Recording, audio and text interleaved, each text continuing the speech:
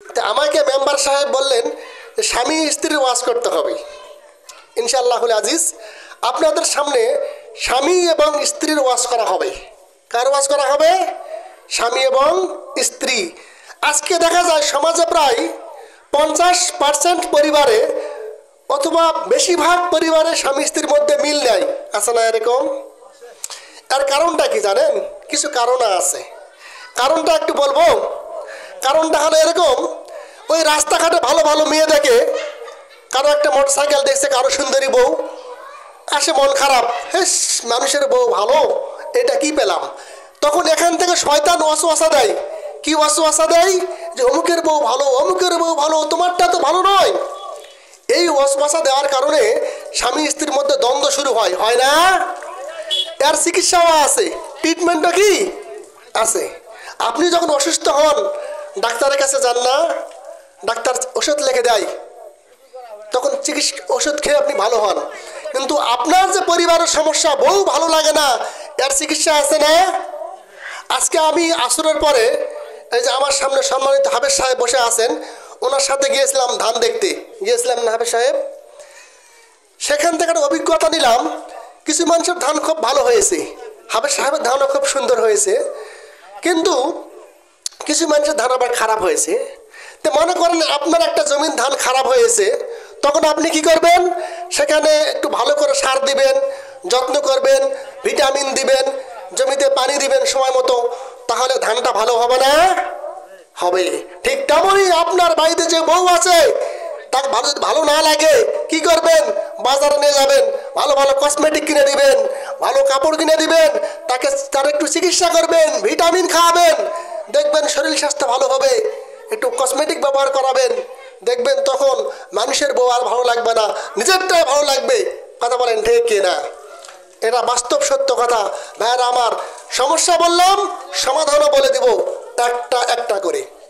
তো ভাইরা আমার, নিজের পরিবারের প্রতি যত্নবান হবেন। বিশ্বনবী বলেন, যদি কোনো ব্যক্তি তার স্ত্রীর জন্য কিছু কসমেটিক কিনে দেয়, কিছু ভালো খাবারের ব্যবস্থা করে, তাকে যদি ভালো ভালো কাপড় কিনে দেওয়া হয়, এইটা সে সাদাকার সওয়াব পাবে, দান করার সওয়াব আল্লাহ রাব্বুল আলামিন তার আমলনামায় লিখে দিবেন।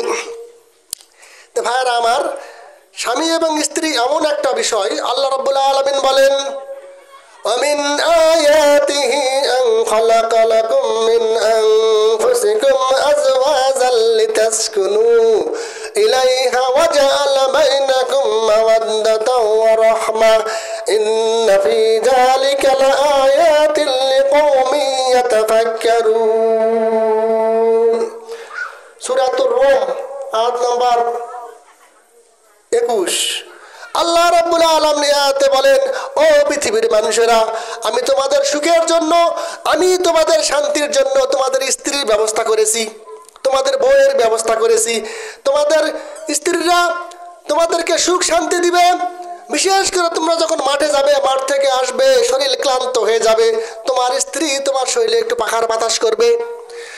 তুমি মাঠ থেকে এসছো, শরীর ঘেমে গেছে, তোমার স্ত্রী তোমাকে বাতাস করবে, তোমার স্ত্রী তোমাকে এক গ্লাস পানি দিবে, ঠান্ডা পানি, আর তুমি এটা খেয়ে শুকরিয়া আদায় করবে। একজনের তিনি কে?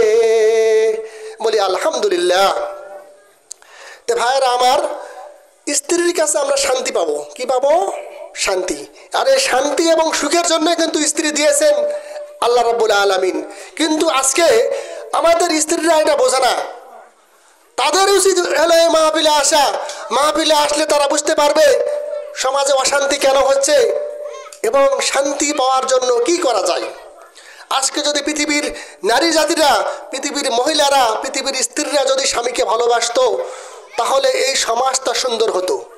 তো এখন প্রশ্ন করতে পারেন, হুজুর খালি কি স্ত্রী ভালোবাসবে, স্বামীকে ভালোবাসতে হবে না? স্বামীদেরকেও ভালো হতে হবে, স্বামীদেরকেও স্ত্রীকে ভালোবাসতে হবে, স্ত্রীও স্বামীকে ভালোবাসতে হবে। বিশ্বনবী বলেন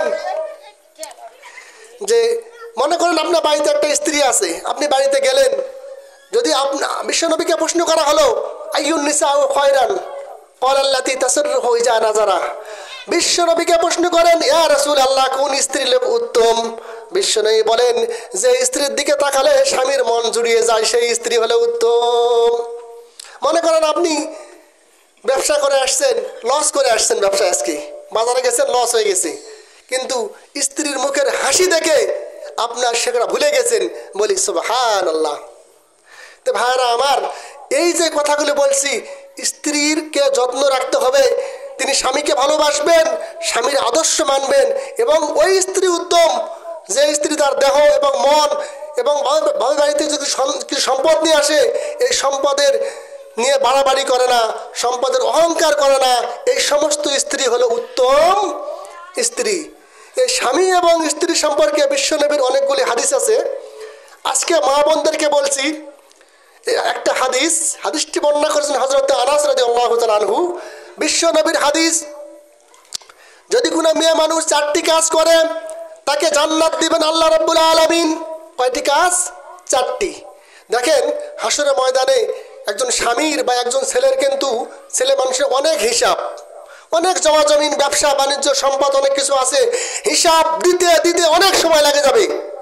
কিন্তু মহিলাদের, মা বোনদের, নারী জাতিদের হিসাব কিন্তু কম, ওই রকম হিসাব তাদের নাই। তাদেরকে 4টি কাজ যদি তারা করতে পারে, তাদেরকে জান্নাতের ফয়সালা করে দিবেন আল্লাহ রাব্বুল আলামিন। একটা হলো নামাজ। নামাজ সম্পর্কে আল্লাহ রাব্বুল আলামিন বলেন, উতলু মা উহিয়া ইলাইকা মিনাল কিতাবি ওয়া আকিমিস সালাহ ইন্নাস সালাতা তানহা আনিল ফাহশাই ওয়াল মুনকার ওয়া লাযিকরুল্লাহি আকবার ওয়াল্লাহু ইয়ালামু মা তাসনাউন। সূরা আনকাবুত 45 নম্বর আয়াত। আল্লাহ রাব্বুল আলামিন বলেন, ও পৃথিবীর মানুষেরা, কোরআন কারীম পড়ো, এরপরে নামাজ আদায় করো। যদি তুমি নামাজ হেফাজত করতে পারো, নামাজ তোমাকে অন্যায় এবং খারাপ কাজ থেকে দূরে রাখবে। বিশ্বনবী বলেন, যদি কারো বাড়ির সামনে একটা নদী আছে, ওই নদীতে যদি সে দিনে গোসল করে 5 বার, কয়বার? 5 বার, তার শরীরে কোনো প্রকার ময়লা থাকতে পারে? ময়লা থাকবে না। ঠিক তেমনই যদি কোনো মেয়ে মানুষ অথবা পুরুষ মানুষ দিনে রাতে 5 ওয়াক্ত 5 বার নামাজ পড়ে, তার শরীরে কোনো প্রকার পাপ থাকতে পারে না। বলি সুবহানাল্লাহ। তো নারীরা, মা বোনদেরকে বলছি, তারা 4টি কাজ করবেন। 1টি কাজ বললাম, আর 2 নাম্বারটা হলো রোজা রাখা। আমাদের সমাজ ব্যবস্থায় পুরুষ মানুষরা রোজাকে অবহেলা করে, কিন্তু মা বোনেরা এদিক থেকে ভালো না, তারা কিন্তু রোজা রাখে আলহামদুলিল্লাহ।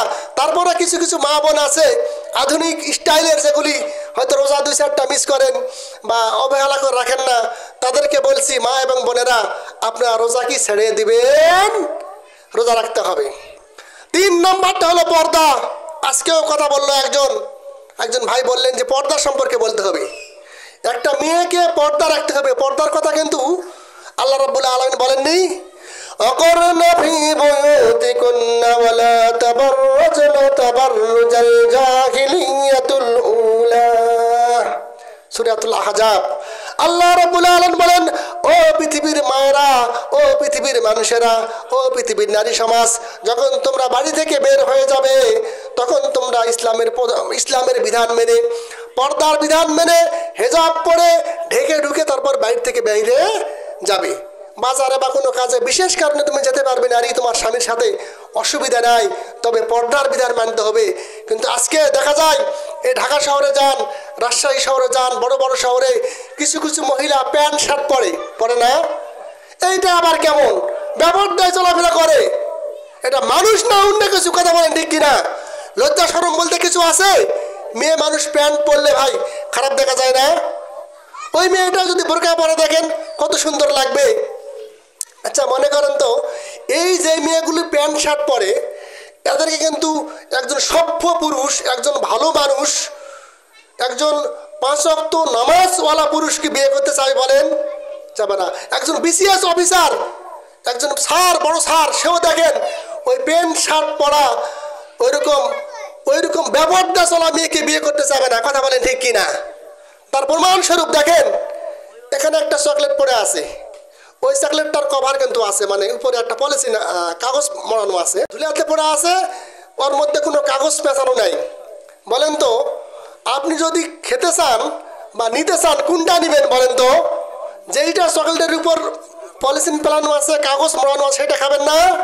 ঠিক তেমনই যে মেয়েগুলো বোরকা পরে, পর্দা পরে, হেজাব পরে, চলাফেরা পরে, এদেরকেই মানুষ চায়। কথা বলেন ঠিক কিনা? তে ভাইরা আমার, লাগবে না, দরকার নেই। তে ভাইরা আমার, যে কথা বলছিলাম যে এই সমস্ত মেয়েরা পর্দায় চলাফেরা করবেন আপনারা। বিশ্ব নবীর যুগে হযরত উমরের মতো সাহাবী, যাকে দেখে শয়তান ভয়তে পালাতো, তিনি একদিন মদিনার এক গলি থেকে হিপতে হিপতে আসতেছেন। এসে বললেন, ইয়া রাসূলুল্লাহ, আমি দেখে আসলাম ওই গলিতে কয়েকটা মেয়ে বেপরদায় চলাফেরা করতেছে, মাথায় কোনো কাপড় নাই, ওড়না নাই, কি করা যায়? বিশ্বনবী তখন বলেন, পর্দার বিধান নাজিল হয়ে গেল। তখন থেকে পর্দার বিধান চালু। আস্তে মা বোনদেরকে বলছি, ও মা বোনেরা, তোমরা পর্দার বিধান চালু করবে। কয়টা বললাম? 3টা। আর 4 নম্বর হলো, ও মা বোনেরা, তোমাদের 4 নম্বর কাজ স্বামীর সেবা করতে হবে। কার সেবা করবেন? স্বামীর। কিন্তু আজকে দেখেন, স্বামীর সেবা করা হয় না। অথচ বিশ্বনবী বলেন, আমি যদি আল্লাহর পরে কাউকে সিজদা করতে বলতাম, তাহলে পৃথিবীর মেয়েদেরকে বলতাম, পৃথিবীর নারীকে বলতাম, এ নারী জাতি, তোমরা তোমাদের স্বামীর সিজদা করো। দেখেন, আল্লাহর পরে যদি কাউকে সিজদা করার অনুমতি দেওয়া হতো, বিশ্বের মেয়েদেরকে বলা হতো, ওই মেয়েরা, তোমরা তোমাদের স্বামীর সিজদা করো। কত বড় কথা বিশ্বনবী বলেছেন। আজকে সমাজে নারীরা স্বামীর সেবা করে না। তো এখন নারী ভালো হলো বুঝলাম, সেবা করলো স্বামীকেও ভালো হতে হবে না? স্বামীকেও পরিবর্তন হতে হবে।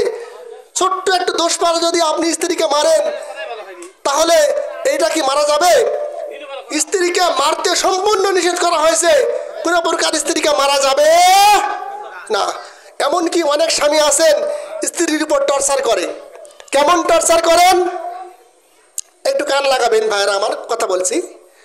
অনেক স্বামী আছে, ছেলে সন্তান হলে ভালো, মেয়ে সন্তান হলে মন খারাপ করে, আছে না?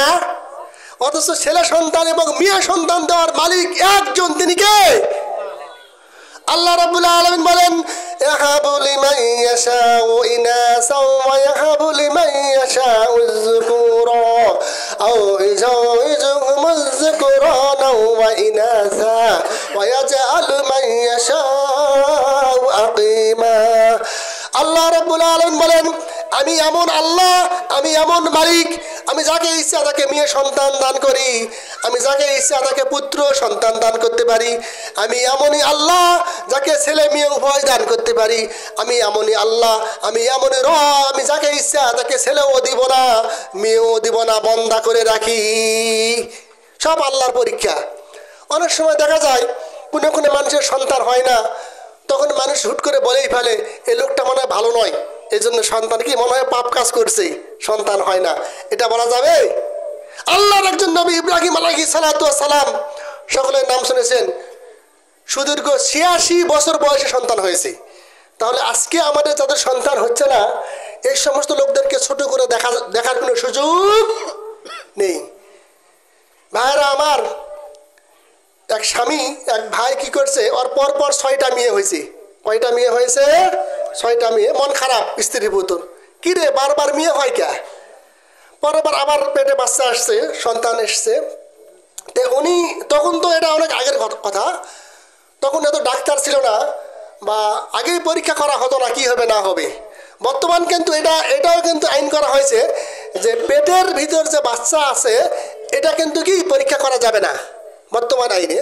তো ভাইরা আমার, তৎকালীন সময়ে পরীক্ষা না করে যখন পরপর 6টা সন্তান মেয়ে হলো, 7ম সন্তান যখন হবে, তখন স্ত্রীকে আলটিমেটাম দিল, স্ত্রীকে হুঁশিয়ার করে দিল, স্ত্রী শোনো, এবার যদি তোমার ছেলে সন্তান না হয়, এবার যদি তোমার মেয়ে সন্তান হয়, তোমাকে আমি আর নিব। স্ত্রী মন খারাপ করে বাবার বাড়িতে চলে গেছেন সন্তান ডেলিভারি করার জন্য। সন্তান হবে 2 মাস আগে চলে গেছেন বাপের বাড়িতে। এমন সময়, এর আগে কয়টা মেয়ে ছিল? 6টা। 7মটা কি হবে সেটাই দেখার বিষয়।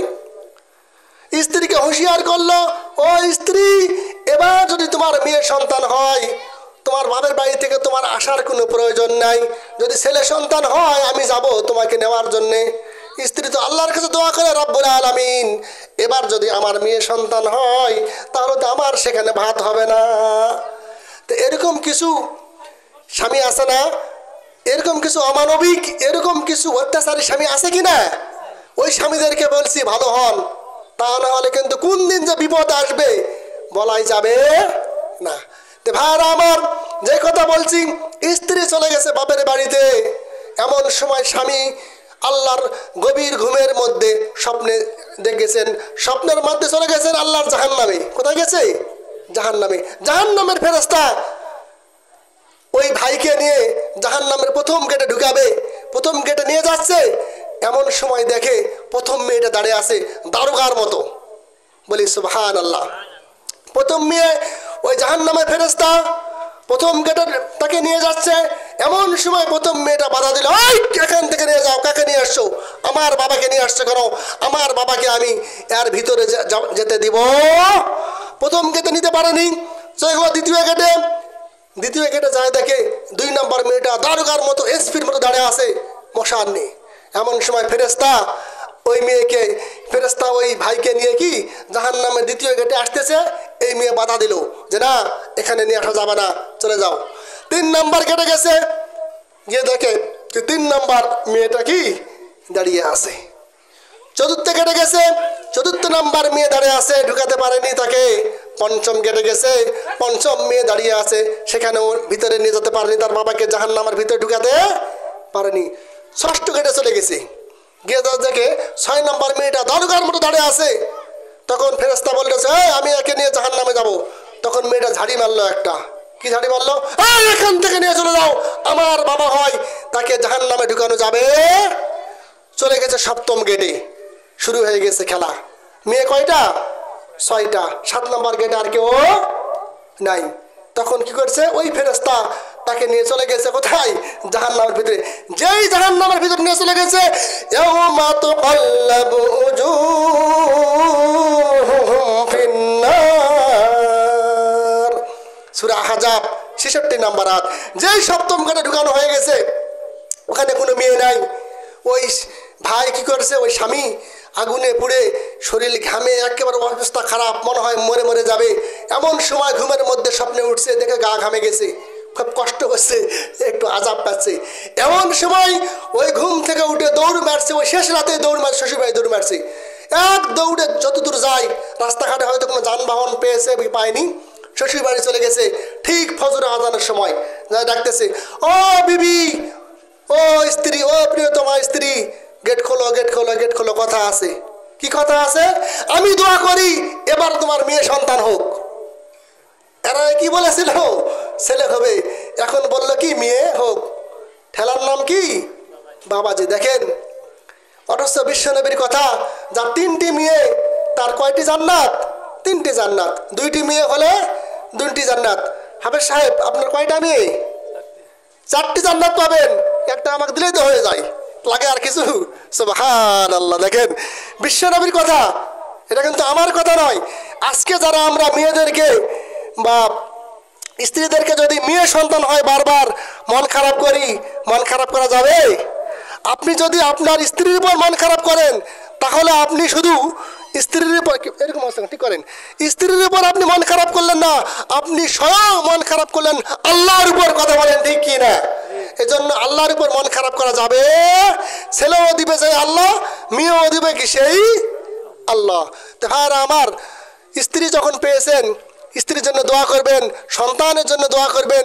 দোয়া কিন্তু আল্লাহ রাব্বুল আলামিন শিখিয়ে দিয়েছেন, দেননি? আল্লাহ রাব্বুল আলামিন বলেন, রব্বানা হাব লানা মিন আজওয়াজিনা ওয়া যুররিয়াতিনা কুররাতা আয়ুনিন ওয়াজআলনা লিল মুত্তাকিনা ইমামা। সূরাতুল ফুরকান। আল্লাহ রাব্বুল আলামিন বলেছেন যে আপনি দোয়া করে আল্লাহর কাছে চাইবেন, রব্বুল আলামিন আমাকে এমন স্ত্রী দেন, আমাকে এমন পুত্র দেন, আমাকে এমন সন্তান দেন, আমাকে এমন মেয়ে দেন যাদেরকে দেখলে আমার মন জুড়িয়ে যায়। বলি সুবহানাল্লাহ। দোয়া করবেন। আপনার প্রথম সন্তান হয়েছে, তখন থেকে দোয়া শুরু। সন্তান হয়নি, তার আগে থেকেই দোয়া করা শুরু করবেন, আল্লাহ আমাকে এমন সন্তান দেন, আল্লাহ আমি কোরআনের হাফেজ করাবো, আল্লাহ আমি আমার সন্তানকে আলেম করাবো, আল্লাহ আমি আমার সন্তানকে ডাক্তার করাবো, আল্লাহ। এরকম ভালো ভালো নিয়ত করবেন। সর্বপ্রথম আগে দিবেন মাদ্রাসায়, সেখানে কোরআন শিক্ষা দিবেন। কোরআন হলো আল্লাহর বাণী। কোরআন শিক্ষা দেওয়ার পরে তারপরে কি অন্য কোনো শিক্ষা, তারপরে বাংলা পড়াবেন, ইংরেজি পড়াবেন, ডাক্তারি করাবেন, ইঞ্জিনিয়ার পড়াবেন, কোনো অসুবিধা না। সর্বপ্রথম কোরআন শিক্ষা দিতে হবে। এই যে এখানে মাদ্রাসা আছে খেরশুকনা ফুলবর, এই যে কওমি মাদ্রাসা আছে হেফস মাদ্রাসা, এখানে সন্তান দিবেন। শুনলাম মাদ্রাসা কিন্তু বন্ধ হওয়া ভাব। হাসরের ময়দানে কি জবাব দিবেন? সুযোগ আছে জবাব দেওয়ার কোনো? এখানে সন্তান দিবেন। ফতেপুরে মাদ্রাসা আছে। এখন আপনার বাড়ির আশেপাশে কিন্তু সুযোগ আছে আপনার সন্তানকে কোরআনের হাফেজ করানো। আজ থেকে 30 বছর আগে এই সুযোগটা কম ছিল না? কিন্তু এখন সুযোগ বেড়ে গেছে, বিভিন্ন এলাকায় মাদ্রাসা হয়েছে। আপনার সন্তানকে সহজেই, ছেলে হোক মেয়ে হোক, আপনি কিন্তু কোরআনের হাফেজ করতে পারবেন। কথা বলেন ঠিক কিনা? তো ভাইরা আমার, এই যে মাদ্রাসাগুলি আছে, এই সমস্ত জায়গাতে আমরা আমাদের সন্তানদেরকে ভর্তি করাবো, এখানে সহযোগিতা করব। এগুলি সাদাকাতুল জারিয়া। বিশ্বনবীর কথা, ইজা মাতাল ইনসান ইনকাতা আনহু আমালুহু ইল্লা মিন সালাসাতিন ইল্লা মিন সাদাকাতুল জারিয়া আও ইলমিন ইনতাফাউ বিহি আও ওয়ালাদিন সালিহিন ইয়াদউ লাহু। বিশ্বনবী বলেন, মানুষ মারা গেলে সকল আমলের ধারা বন্ধ, তবে হ্যাঁ 3টি আমল যদি সে করে যেতে পারে, 3টি কাজ যদি করতে পারে, অন্ধকার কবরে বসে থাকে সে সব পাবেন। 1 নম্বর হলো সাদাকাতুল জারিয়া। সাদাকাতুল কি? এইটাও কিন্তু একটা সাদাকাতুল জারিয়া। এখানে আপনি কোরআনের কথা মানুষকে শোনালেন, মানুষ কিছু কোরআনের কথা শুনলো, আল্লাহর কথা শুনলো, রসুলের কথা শুনলো, আর এই যে সব পাবে। আপনি মারা যাবেন, আপনার পূর্বপুরুষ যারা আছেন তাদের অন্ধকার কবরে এবং আপনার কবরে এর সবটুকু ফ্লেক্সি অথবা বিকাশ হয়ে ঢুকে যাবে বলি সুবহানাল্লাহ।